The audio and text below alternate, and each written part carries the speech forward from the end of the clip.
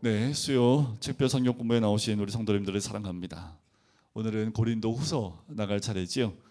여러분들 교재를 한번 피시면 고린도 후서의 서론 부분들을 함께 나누겠습니다. 저자는 사도 바울이지요. 사도 바울이 로마서부터 시작해서 빌레몬서까지 공식적으로 쓰여 있기 때문에 13권의 저자가 되고요. 고린도후서는 고린도전서에 이어서 쓴 서신입니다. 지금 연대를 보시면 AD 55년에서 56년경, 그러니까 고린도전서를 쓰고 난 다음에 얼마 있지 않아서 고린도후서를 바로 썼다라고 보시면 됩니다.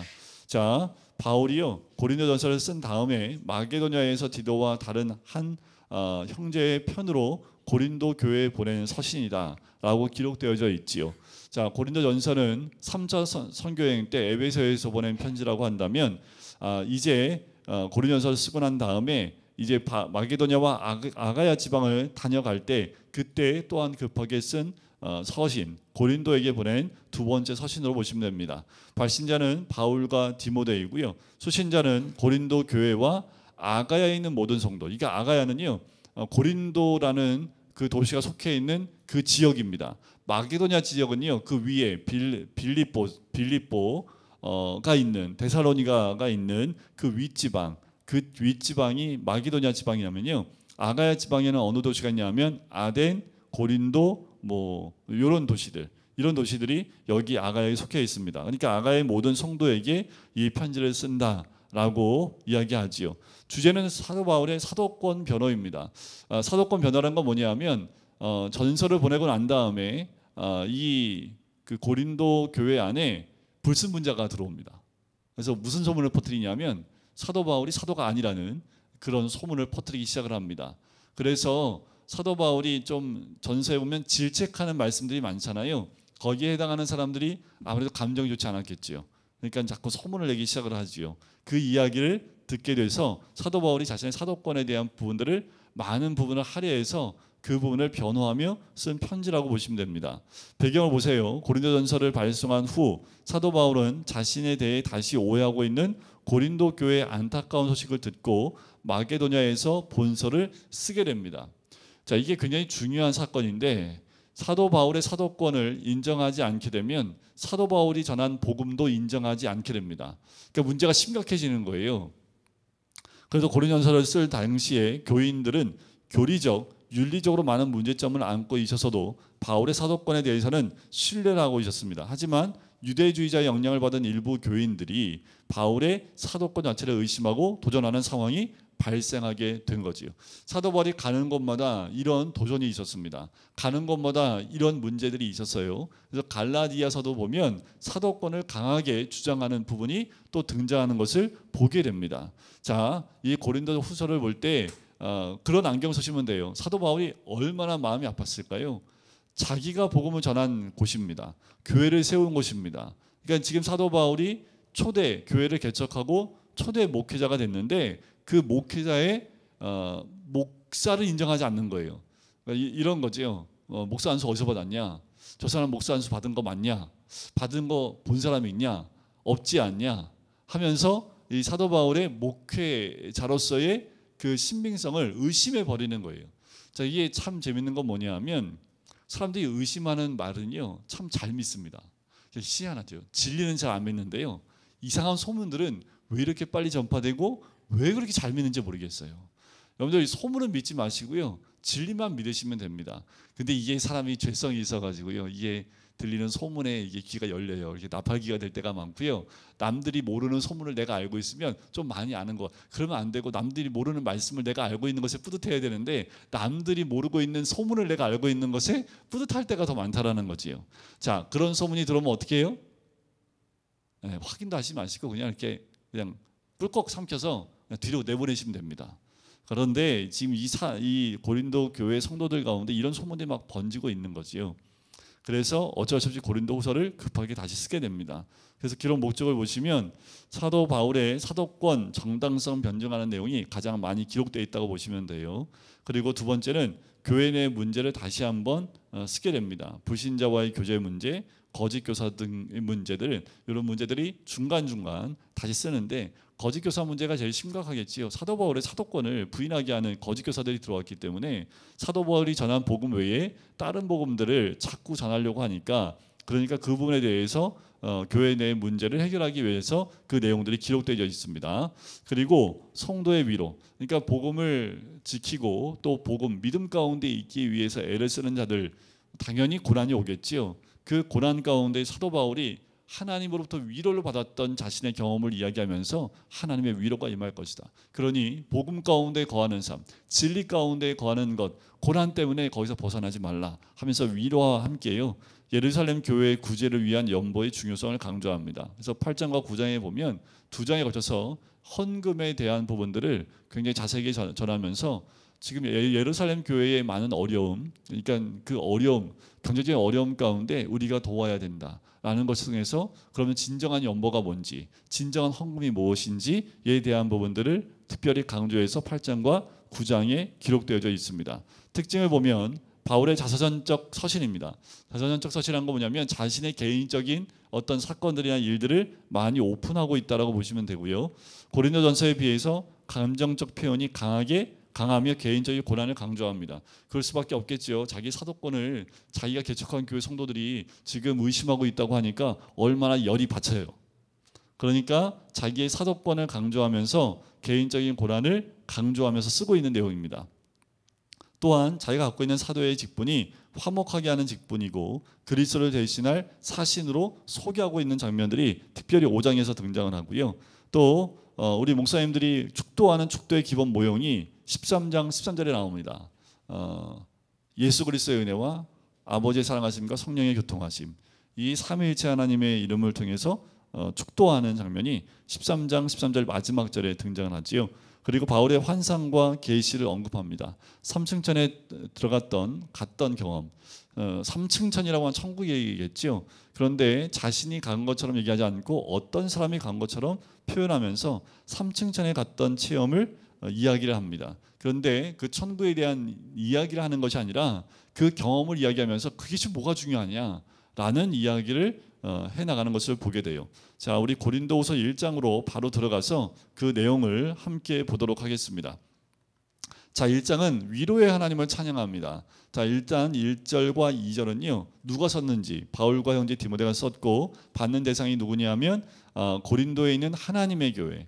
누구 교회예요? 교회는 하나님의 교회입니다. 하나님께 속한 교회라는 표현을 쓰고 있는 거지요. 사람의 교회도 아닙니다. 사도의 교회도 아닙니다. 바울의 교회, 그리고 게바의 교회도 아니고 빌라도의 교회, 빌라도가 아니라 다른 어떤 사람의 교회도 아니라는 거지요.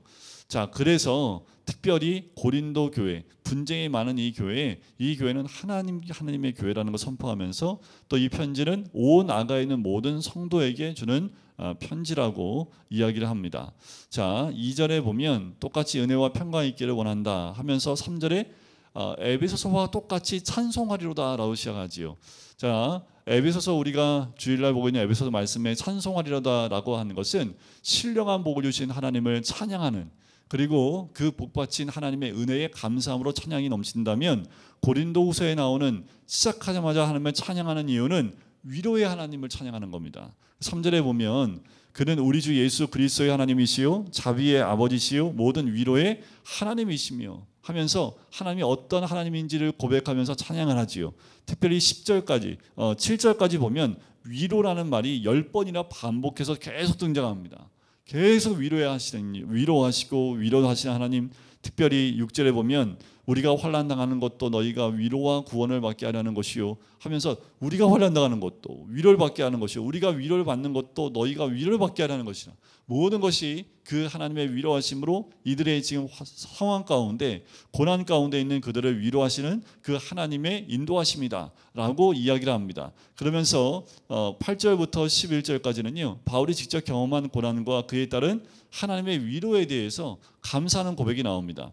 얼마나 고난을 받았는지 8절에 보면 우리가 아시아에서 당한 환난을 너희가 모르기를 원하지 않는다. 힘에 지나도록, 그리고 살 소망까지 끊어진 그 고난을 받아요. 더 나아가서 9절에 보면 사형 선고를 받은 줄로 알 만큼 얼마나 고난이 심했으면 그냥 죽음 직전까지 있었다라고 하는 그 고백을 합니다. 그런데 이 고난을 주신 이유가 뭐냐 하면 9절 뒤에 오직 죽은 자를 살리시는 하나님만 의지하게 하심이라는 거예요.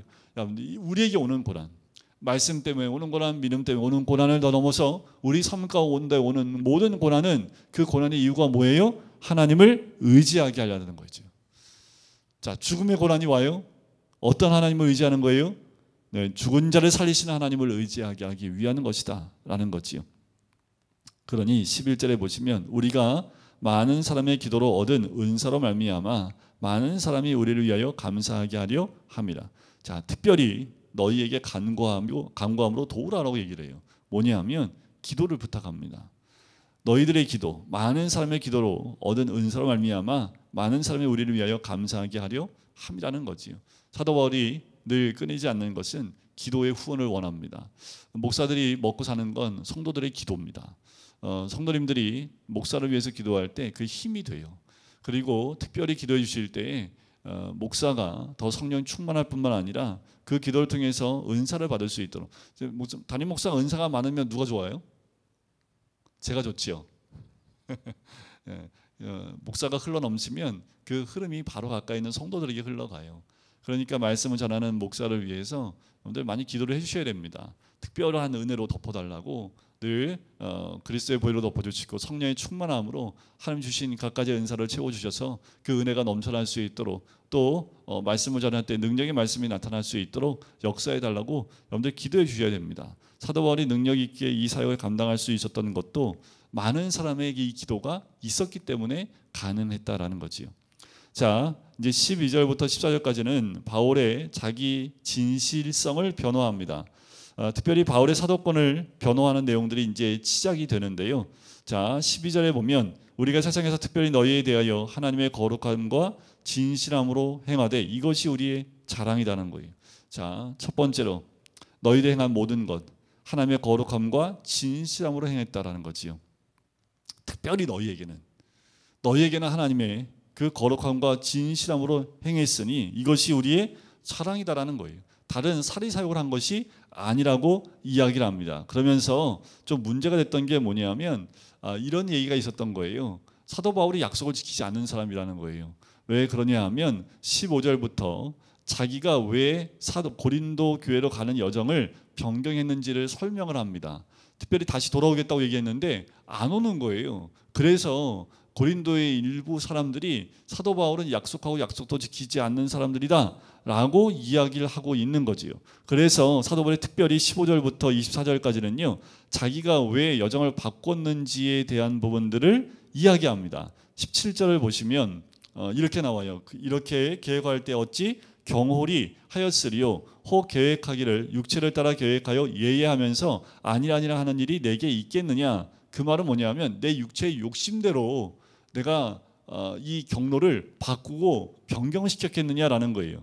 자, 사사로운 감정으로 의하는 것이 아니라 하나님의 뜻에 순종하기 위해서 그 순종하다 보니까 이 경로가 바뀌어진 것뿐이지 내 유익을 따라서 움직이는 사람이 아니라 라고 고백을 하고 있는 겁니다. 그것이 이제 15절부터 22절까지의 내용을 얘기하고 있는 거예요.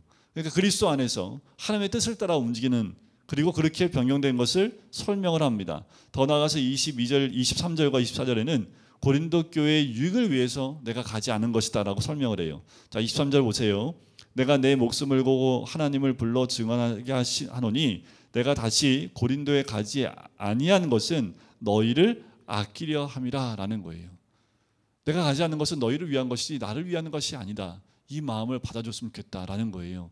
사도 바울이 가지 않은 이유는 너희를 위한 것이지 나를 위한 것이 아니다 라고 이야기하면서 그러면서 2장에 넘어가서 가슴 아픈 방문을 이후에 고린도 방문 연기에 대한 해명을 합니다. 자, 여러분들 고린도전서를 보았지만 고린도 교회에 가면 사도 바울이 어떻게 했을까요? 지금 문제가 엄청 많잖아요. 그러면 환부를 도려내고 또 그 죄 가운데 있는 자들을 또 징계도 해야 되고 이 모든 것들을 다 해야 되는데 내가 다시는 너희에게 근심 중에 나가지 아니하기로 스스로 결심했다고 1절에 얘기합니다. 그러면서 4절에 보면 내가 마음에 큰 눌림과 걱정이 있어 많은 눈물로 너에게 썼노니 이는 너희로 근심하게 하려 하는 것이 아니요 오직 내가 너희를 향하여 넘치는 사랑이 있음을 너희로 알게 하려 함이라라는 거예요. 그런 마음을 가고 싶지 않다라는 거예요. 문제를 해결하기 위해서 문제 해결사로 가서 환불을 도려내고 또 죄 있는 자들을 징계하고 그들을 다 이렇게 함을 통해서 내가 심판자와 같은 모습으로 너희를 징계하는 모습으로 나가고 싶지 않다라는 겁니다. 그러니 큰 눌림과 걱정이 있을 수밖에 없지요. 그런 자로 가기를 원치 않은 거지요. 자, 그러면서 5절부터 11절까지는 하지만 너희들 가운데 범죄자가 있다면 근심하게 하는 자가 있다면 그들을 용서해 달라고 당부를 합니다. 근데 교회는 근심하게 하는 자가 없을 수 없습니다.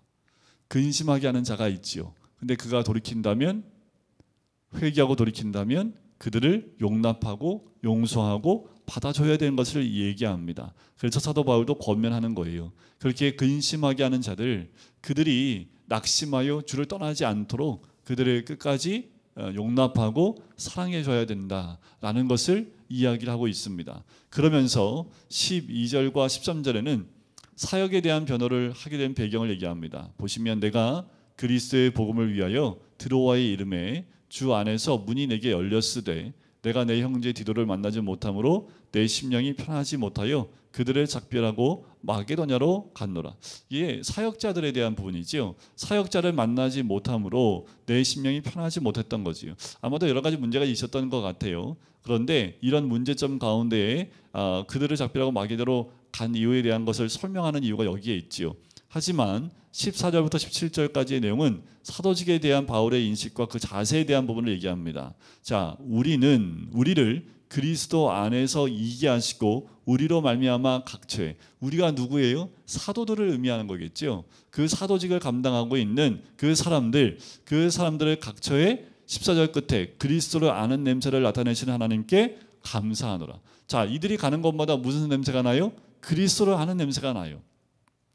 그러니까 이들이 누군지 모르겠는데 가는 곳마다 그리스도를 아는 냄새를 풍기며 다니는 사람이 바로 이 사도직을 감당하는 사람, 바로 그리스도인이어야 된다라고 이야기하고 있는 거예요. 그래서 내가 가는 곳마다 그리스도 아는 냄새를 나타나게 하신 하나님께 감사한다라는 거예요. 자, 어떤 것이 그리스도를 아는 냄새일까? 계속 한번 볼게요. 15절에 보면 우리는 구원받는 자들에게나 망하는 자들에게나 하나님 앞에서 그리스도의 향기다라고 얘기를 해요.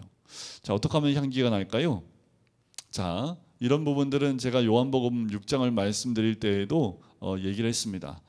예수님이 나는 떡이니 떡을 갖다 먹어라 라고 말씀하지요. 예수님 어떻게 먹어요? 그러니까 그때 있었던 유대인들이 저 사람 무슨 말 하는 건 지를 먹으라고 하니 이게 무슨 말이냐 라고 얘기를 하지요. 그 떡은 말씀을 의미합니다. 말씀을 먹고 소화하여 말씀이 내 안에 하나가 되어지는 것을 의미하는 거지요. 그러다 보면 마지막으로 나오는 것이 뭐예요? 냄새가 나오게 되어져 있습니다. 그러니까 이들은 그리스도와 하나가 되기 때문에 그리스도의 모습이 드러나 그리스도의 냄새가 난다라는 거예요. 특별히 이런 표현한 것. 자, 구원받는 자들에게나 망하는 자들에게나 하나님 앞에서 그리스도의 향기란 이 말씀이 뭐냐면요, 이때 당시에 항상 이 부분은 향기에 대한 얘기가 나오면 로마 군대의 귀한 모습을 좀 상상해 떠오르시면 돼요. 자, 로마 군인들은 승전고를 올리면서 로마로 돌아옵니다. 자, 로마로 돌아올 때 승전한 그들의 모습을 보면 전쟁에 찌들어 있는 모습이겠죠. 전쟁에서 피 묻은 그 모습을 오는데 저 멀리서부터 무슨 향기를 피냐면 유향 같은 아주 독특한 향기를 풍기면서 옵니다. 그 향기가 먼저 도착을 하면 사람들이 환호를 해요. 로마 사람들은. 왜냐하면 우리 군대가 이겼기 때문에. 그런데 그 전쟁에서 진 사람들은 어떻게 끌려와요? 포로로 끌려오죠. 거의 대부분은 포로 끌려오는 사람들은요, 못 사는 사람들이 아니라 그 땅에 있는 귀족들이나 그 땅을 지배하고 있었던 사람들을 다 포로로 잡아옵니다. 그러면 그 포로한테는 그 냄새가 무슨 냄새가 될까요? 사망에 이르는 냄새가 되겠지요. 지금 이 냄새를 얘기할 때 이들 머릿속에는 그와 같은 광경이 딱 떠오르는 거예요. 그러니까 이 사도들, 바로 그리스도인들이 그리스도의 향기가 되면요, 이 구원받은 자들에게 그 향기가 어떻게 해요? 아름다운 향기가 될지 모르지만 그것이 받아들이지 못한 사망이 망하는 자들에게는 그 향기가 뭐예요? 사망에 이르게 됩니다. 자, 그래서 16절에 보면 사망으로부터 사망에 이르는 냄새요, 저 사람에는 생명으로부터 생명에 이르는 냄새라. 그러니까 이 냄새가 똑같은 냄새지만 누구한테는 사망에 이르는 냄새고 누구한테는 생명에 이르는 냄새가 됩니다. 여러분들, 우리 모두에게 이것은 생명에 이르는 냄새가 되는 줄 믿습니다. 우리가 가는 곳마다 드러내야 될 향기는 뭐예요? 복음의 향기입니다. 이 복음의 향기는 구원받은 자들에게는 뭐예요? 생명의 향기가 되지만 구원을 받지 못한 자들에게는 그 냄새가 싫어요. 말씀도 싫어요. 듣고 싶지도 않아요. 그 복음 듣고 싶지 않아요. 거부합니다. 그리고 나한테는 그 복음 전하지 마라고 차단하는 거죠. 왜 차단하는 줄 아세요? 그게 사망에 이른 냄새이기 때문에 그렇습니다. 맡고 싶지 않은 거예요. 자기는 사망으로 가는 사람인데 자꾸 그거를 알려주면 뭐예요? 내가 사망에 이르는 사람이라는 걸 알려주기 때문에 싫은 거예요. 세상이 하나님을 싫어하는 이유는 뭐냐 하면 사망의 이름에 있는 자들이기 때문에 생명의 냄새를 싫어하는 거예요. 마치 하이에나가 썩은 고기를 먹는 거하고 똑같습니다. 썩은 냄새를 좋아하는 하이에나. 그런데 살아있는 건 별로 좋아하지 않지요. 세상은요, 그와 같이 마찬가지입니다. 여러분들, 주를 멀리 떠나면 떠날수록 무슨 냄새를 싫어하는 줄 아세요? 그리스도의 향기를 싫어합니다. 주님으로부터 멀어지면 멀어질수록, 왜요? 주님부터 멀어진다는 건 뭘까요? 주님으로부터 멀어진다는 얘기는 뭐예요? 하나님부터 멀어진다는 얘기죠. 하나님으로부터 멀어진다는 건 뭘까요? 하나님과 단절된다는 거지요. 하나님과 단절된다는 건 뭐예요? 그거는 죄를 짓는다는 얘기입니다. 죄를 지은 영혼은 하나님을 가까이 하고 싶을까요? 멀리 하고 싶을까요? 당연히 하나님 가까이 가면 그 죄가 드러날까 무섭잖아요. 그러니까 멀리하게 됐지요. 여러분들, 우리에게는 그 향기가 기뻐야 됩니다. 말씀을 대할 때 기뻐야 합니다. 말씀을 대할 때마다 그 향기에 너무나 감사해서 생명이 내 안에 들어오는 것, 그것을 너무나 감사해서 그 향기가 내 안에 가득 채워져야 된다는 거지요. 여러분들, 그래서 우리가 가는 곳마다 우리가 드러내야 될 향기는 그리스도의 향기입니다. 17절을 보세요. 우리는 수많은 사람들처럼 하나님의 말씀을 혼잡하게 하지 아니하고 곧 순전함으로 하나님께 받은 것 같이 하나님 앞에서와 그리스도 안에서 말하노라. 그러니 그리스도의 향기가 드러날 수밖에 없겠지요. 여러분들, 우리에게는 말씀의 향기가 드러나야 합니다. 이제는 내 생각, 내 욕심, 내 탐욕, 내 것, 자기 것, 이런 것들이 드러나는 냄새, 내 독특한 냄새가 나는 것이 아니라 그리스도인들은 다 똑같은 냄새가 나는 거예요. 그리스도의 향기. 왜냐하면 같은 말씀, 같은 진리, 같은 복음 안에 있기 때문에 그 냄새가 이 사람을 봐도 똑같고 저 사람 봐도 똑같아야 됩니다. 자, 금광교회에 있는 성도들은 말씀을 동일하게 배웠기 때문에 그 말씀에 순종하는 모습이 이 사람이 저기 가서 살든 이 사람이 저기서 살든 이 사람을 만났는데 저 사람하고 너무 똑같아. 이런 말들이 나와야 되는 거지요. 그리스도인이라면 이 사람들은 만나면 다 똑같아, 비슷해. 이상하게 이 사람들 만나면 이상한 뭔가 똑같은 것들이 보여. 그게 뭐예요? 그리스도로 하나된 모습이고 말씀으로 하나된 모습이라는 거지. 바로 사도직에 대한 바울의 인식과 자세입니다. 그리고 그리스도인들의 자세와 모습이 이와 같아야 된다는 거지요. 더 나아가서 3장에 보면 새 언약의 일꾼된 영적 증거를 이야기합니다. 자, 특별히 1절에 보면 우리가 좀 독특한 단어가 하나 나옵니다. 무슨 단어가 나오나요? 추천서가 나와요. 추천서. 자, 이게 뭐냐면 예를 들면 이런 거예요. 이때 당시에 누구에게 공적인 일로 갑니다. 그런데 이 사람이 진짜 그 공적인 일로 왔는지 안 왔는지를 어떻게 알아요? 추천서요. 그런 직급이 있는 사람의 추천서를 가지고 와서 추천서를 보여주면서 내가 이 일로 왔습니다 하고 딱 하면 그와 동등한 권세를 누리게 되는 거지요. 그러니까 이 추천서가 굉장히 중요합니다. 이것은 그때 로마 당시에 있는 이 일을 하는 사람들, 공적 일을 하는 사람들뿐만 아니라 복음을 전하는 사람들도 이 추천서를 갖고 다녔다고 그래요. 뭐 베드로의 추천서를 가지고 와서 추천서를 보여주면서 내가 이렇게 말씀 사역자입니다 라는 것을 하면 왜냐면 워낙 이상한 사람들이 많았기 때문에 그 말을 분별하기가 쉽지 않았기 때문에 이때는 이 추천서가 굉장히 중요했다고 얘기를 해요. 자, 당시에 공적 추천서를 통용되던 시절인데 추천서를 통해서 거짓 교사를 가려내곤 했기 때문에 그 추천서를 얘기하는데 사도 바울의 추천서가 있어요, 없어요? 없어요.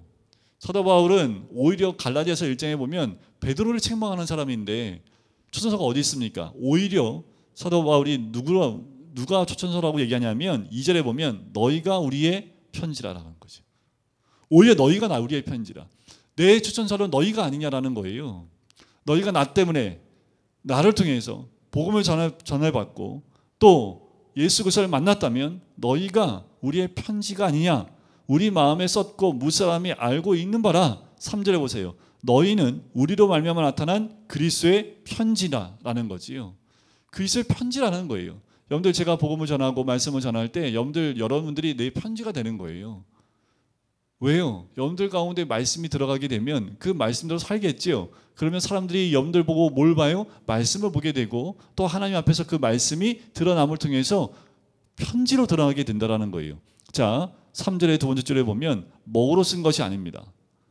지워질 수 있고 찢어질 수 있겠지요. 또 하나님의 영으로 쓴 것이며 살아계신 하나님의 영으로 쓴 것이며 또 돌판에 쓴 것이 아닙니다. 당시에 지워지지 않게 하기 위해서는 돌판에 쓰면 지워지지 않겠지요. 하지만 돌판에 쓴 것도 아닙니다. 육의 마음판에 쓴 겁니다. 그러니까 고린도 교회 성도들 그 마음판에 써버린 거예요. 뭘로요? 하나님의 영으로 쓴 겁니다. 진리로 쓴 거예요. 자, 그렇게 이야기를 하고 있는 거지요. 새 언약에 일꾼된 영적 증거가 바로 너희들 아니냐라고 이야기하는 거지요. 그러니까 사도 바울이 죽을 고생을 해도 또 복음 때문에 죽는다 할지라도 끝까지 주의 복음을 전하는 이유는 이와 같이 그로 인하여 복음을 받아들인 모든 자들에게 영적 증거가 드러나기 때문에 그렇습니다. 자, 6절부터 나오는 것은 새 언약의 일꾼의 영광에 대해서 나옵니다. 자, 6절에 보면 새 언약의 일꾼 되기에 만족하게 하셨으니 율법 조문으로 하지 아니하고 오직 영으로 함이니. 율법 조문은 죽이는 것이요, 이 모세가 받은 그 율법을 말합니다. 그 영은 살리는 것이니라. 돌에 서서 새긴 죽게 하는 율법의 조문의 직분도 영광이 있지요. 이스라엘 자손들은 모세의 얼굴에 없어질 영광 때문에 그 얼굴을 주목하지 못하였거든. 자, 모세가요 시내산에서 올라가서 이 두 돌판을 받고 내려오지요. 내려왔을 때 이 모세의 그 얼굴 가죽에서 뭐가 났어요? 빛이 났습니다. 그러니까 사람들이 두려워서 어떻게 해요? 모세가 얼굴을 덮었습니다. 그 빛나는 걸 보지 않게 하기 위해서 덮었어요. 지금 그것을 이야기하는 거예요. 율법의 조문, 그 돌판, 두 돌판에 새긴 것도 영광이 있어서 얼굴도 주목하지 못하였거든. 8절 하물며 영의 직분은 더욱 영광이 있지 아니하겠느냐라는 거예요. 죄의 직분도 영광이 있은즉 의의 직분은 영광이 더욱 넘치지 않겠느냐. 영광되었던 것이 더 큰 영광으로 말미암아 이에 영광될 것이 없으나 없어질 것도 영광으로 말미암아 쓴즉 길이 있을 것은 더욱 영광 가운데 있느니라 라는 거지. 없어질 것도 그렇게 영광이 되는데 영원히 없어질 그것은 얼마나 큰 영광이 있겠느냐라는 거예요. 사도 바울은 이 영광을 바라본 거지요. 사도 바울은 사도로 부르심 받았을 때 이 더 큰 영광을 이미 알았고 그 영광을 알기 때문에 그 영광을 위해서 내가 죽을지언정 괜찮다라는 겁니다. 그러면서 12절부터 18절까지는 영의 시대인 이 신약 시대가 어떤 시대인지를 설명하는데, 좀 전에 말씀드렸던 수건으로 덮었던 그 사건을 사도 바울이 이렇게 해석을 합니다. 13절에 보면, 자, 우리는 모세가 이스라엘 자손들에게 장차 없어질 것의 결국을 주목하지 못하게 하려고 수건을 그 얼굴에 쓴 것 같이 아니하노라. 자, 그러면서 14절에 이렇게 해석합니다. 그러나 그들의 마음이 완고하여 오늘까지도 구약을 읽을 때 그 수건이 벗기지 아니하고 있으니 그 수건은 그리스도 안에서 없어질 것이다. 이해 가세요?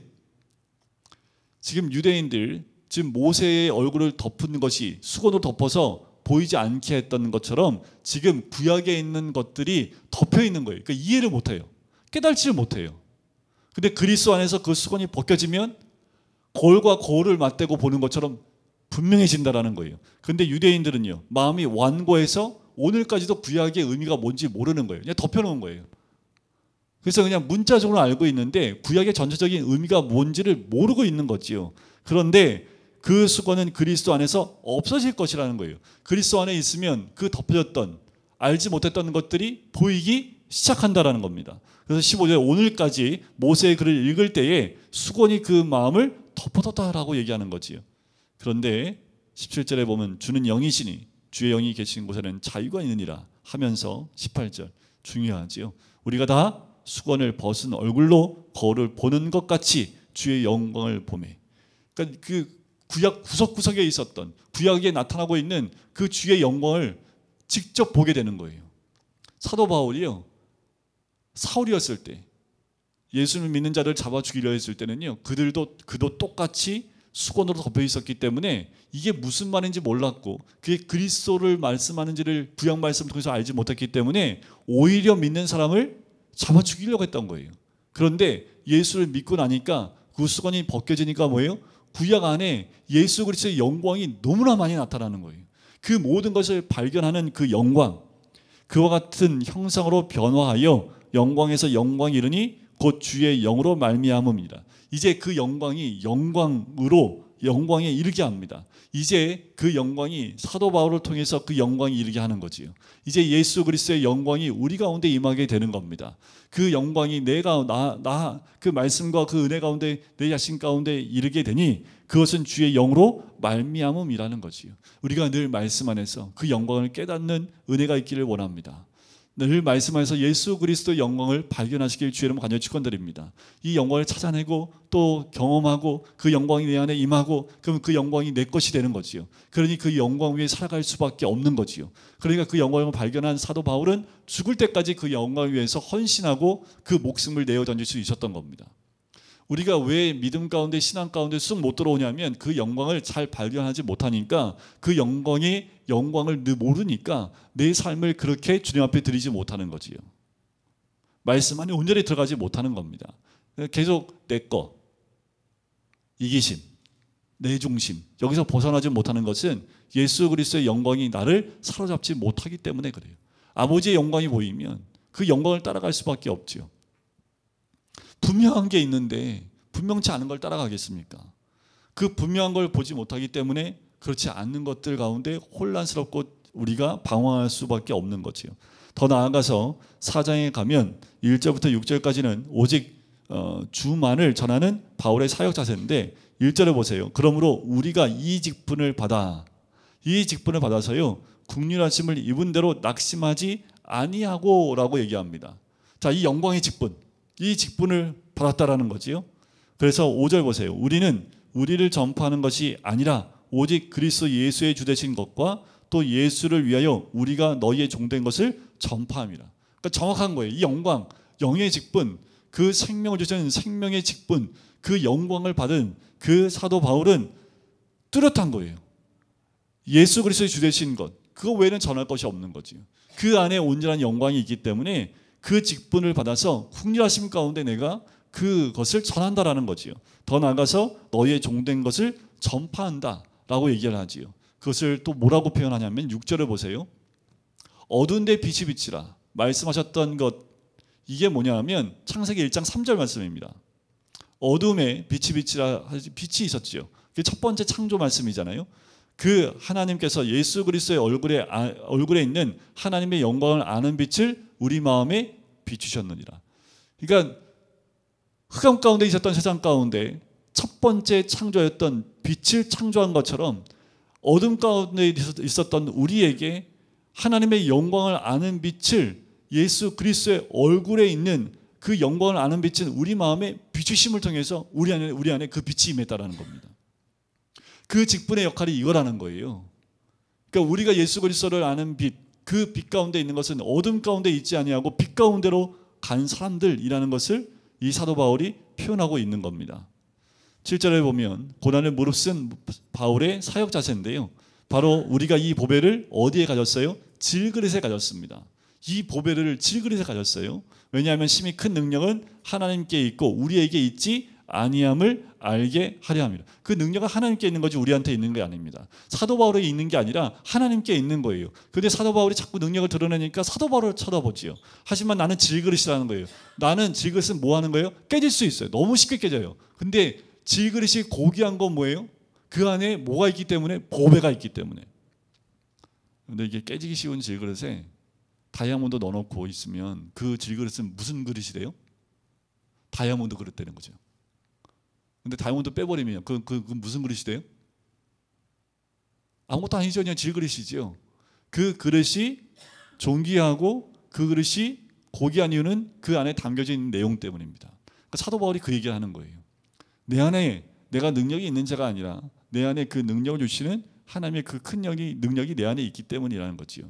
그래서요, 내가 그런 사람이기 때문에 8절부터 11절까지 보면 바울의 고생한 내용이 나옵니다. 사방으로 우겨쌈을 당하여도 쌓이지 않아요.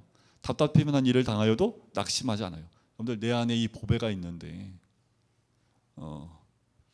이렇게 표현하면 이건 좀 더 나간 표현일 수도 있긴 한데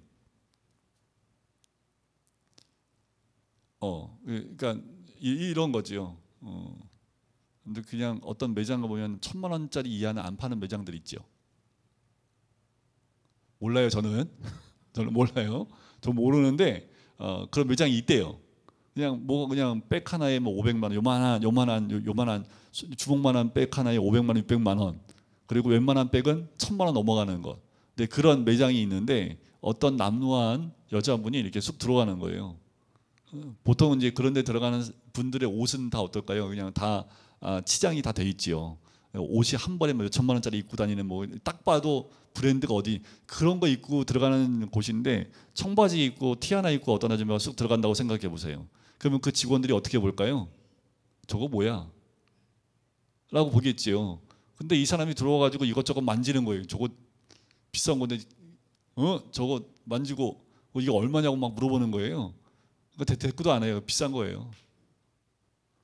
근데 알고 봤더니 이 여자분이 가쁜 거예요. 그래서 한 사람이 아주 직원 중에 한 명이 극진하게 대우하면서 다 설명해주고 안내를 해줘요. 그리고 나가면서 그 직원 이름으로 거기에 있는 물어봤던 모든 것 몇 억짜리를 싹 사가지고 나가요.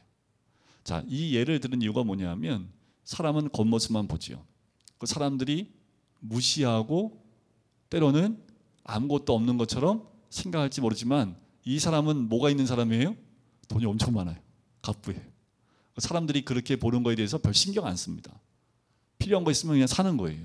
근데 사람들이 보는 눈은 뭐예요? 겉모습만 보지요. 사도 바울은 안에 보화가 있습니다. 자기의 겉모습을 보고 사람들이 이해하지 못한다고 해서 자기를 사방에 우겨쌈을 당하고 답답한 일이 나눠도요, 절대로 사도 바울은 거기에 의해서 흔들리지 않는다라는 거예요. 여러분들, 우리는 흔들립니까? 흔들리지 않습니까? 내 주변에 복음 때문이 아니더라도 내 삶에 고난이 왔을 때 우리가 왜 자꾸 흔들리고 마음에 상처를 받냐면 마음에 이런 귀중한 보배가 있음을 우리가 온전히 깨닫지 못하기 때문에 그래요. 누가 뭐라고 해도 내게 흔들리지 않는 이런 보배가 있는데 그 뭐라고 한들 그것 때문에 흔들리고 마음이 힘들어지면 되겠습니까? 사람들은 우리의 드러난 겉의 모습만 보고 얘기를 하잖아요. 그런데 우리는 그 예수 그리스도의 보배를 가지고 있는 사람이죠. 최소한 이런 자존감은 있어야죠. 그리스도인들이. 그래야 우리가 주님 앞에 서 있는 사람이 될 수 있지 않겠습니까? 사도 바울이 그 얘기하는 거예요. 낙심하지 않는다는 거지요. 박해를 받아도요, 버림받지 않아요. 거꾸림 당하도요, 망하지 않아요. 왜 안 망합니까? 옷 다 벗겨갖고 때리는데 왜 안 아파요? 왜 지금 죽음 직전까지 갔는데 안 죽는다고 왜 얘기를 해요? 그 안에 있는 보배이신 예수 그리스도가 있기 때문에 그렇게 당해도 괜찮다라는 거지요. 10절에 보면 우리가 항상 예수의 죽음을 몸에 짊어짐은 왜요? 그 안에 뭐가 있기 때문에 예수의 생명이 또한 우리 몸에 나타나게 하려 함이라는 거지요.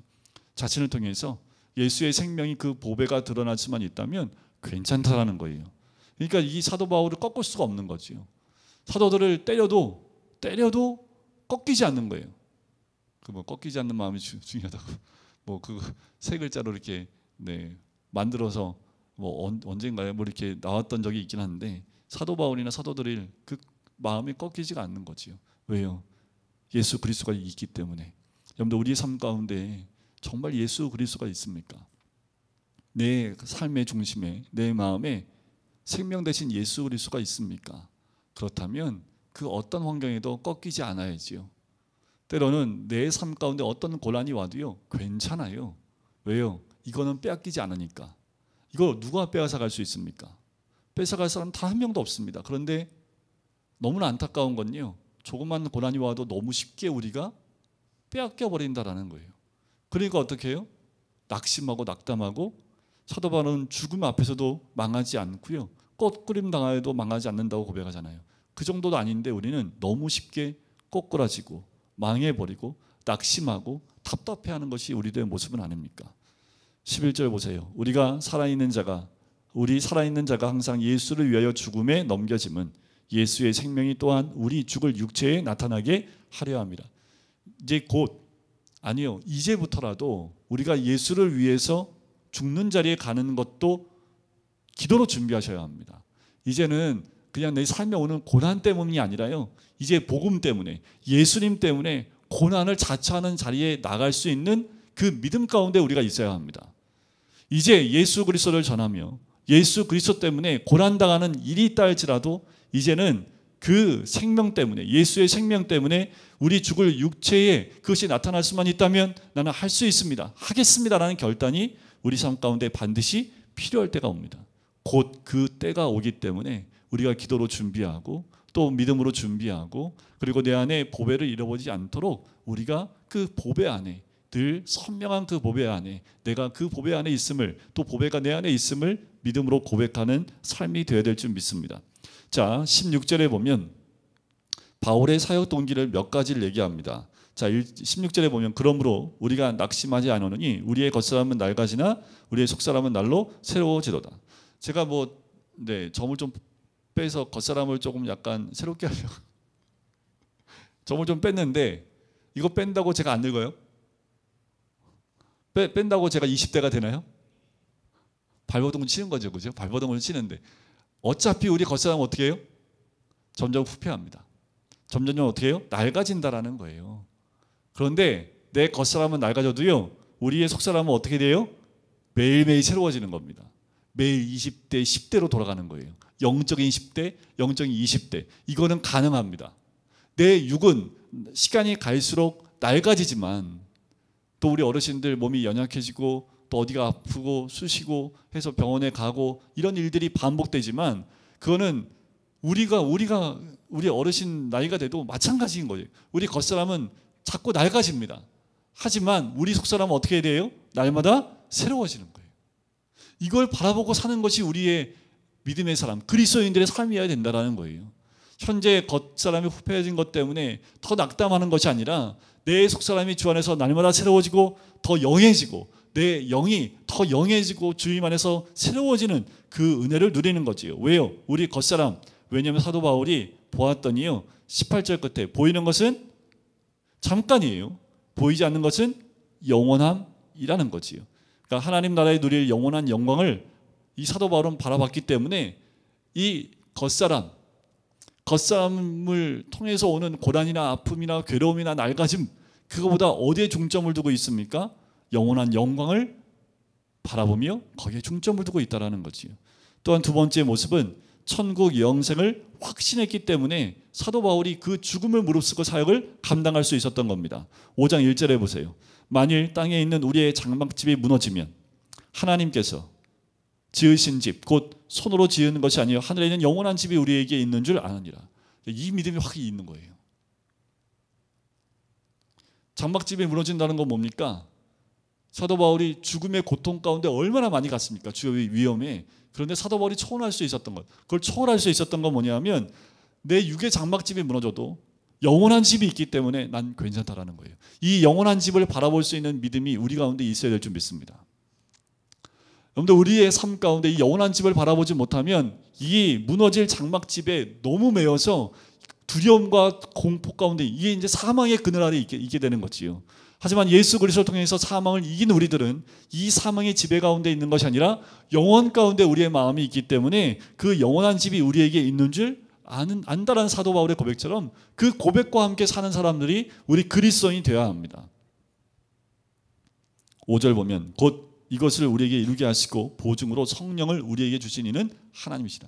그러니까 성령께서 이미 보증해 주셨다라는 거지요.